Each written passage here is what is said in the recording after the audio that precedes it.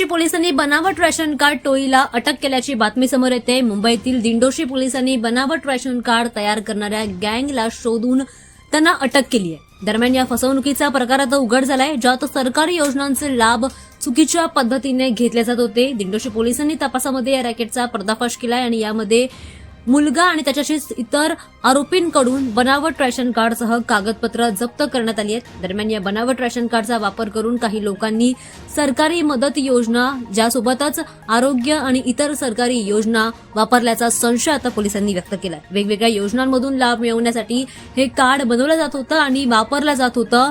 हा तपास पोलिसांनी चालू केल्यानंतर त्यांनी या आरोपींना अटक केली आहे। दरम्यान ही कारवाई करण्यात येते, मोठी कारवाई या ठिकाणी करण्यात येते। मुंबईतील दिंडोशी पोलिसांनी मोठी कारवाई केली आहे। दिंडोशी पोलिसांकडून 7 आरोपींना अटक करण्यात आली आहे, ज्यामध्ये 350 बनावट रेशन कार्ड जप्त करण्यात आले आहेत। माहितीनुसार गेल्या अनेक दिवसांपासून ही टोळी बनावट रेशन कार्ड तयार करून शासनाच्या विविध योजनांचा लाभ घेत होती।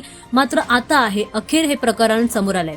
आरोपीच्या टोळीमध्ये रेशन कार्ड कार्यालयामध्ये काम करणाऱ्या कर्मचाऱ्यांचा देखील यामध्ये सहभाग असल्याची माहिती समोर येते। दिंडोशी पोलिसांनी त्यांना सुद्धा अटक केली आहे। या आरोपीकडून आता बनावट रेशन कार्डचा वापर बांगलादेशी नागरिकांना त्यासोबतच महात्मा ज्योतिबा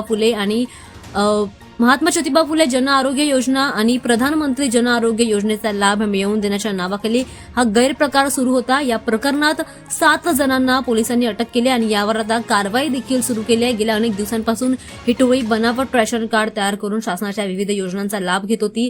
अखेर आता हे प्रकरण समोर आलंय। यावर आता मुंबईतील दिंडोशी पोलिसांनी मोठी कारवाई केली आहे।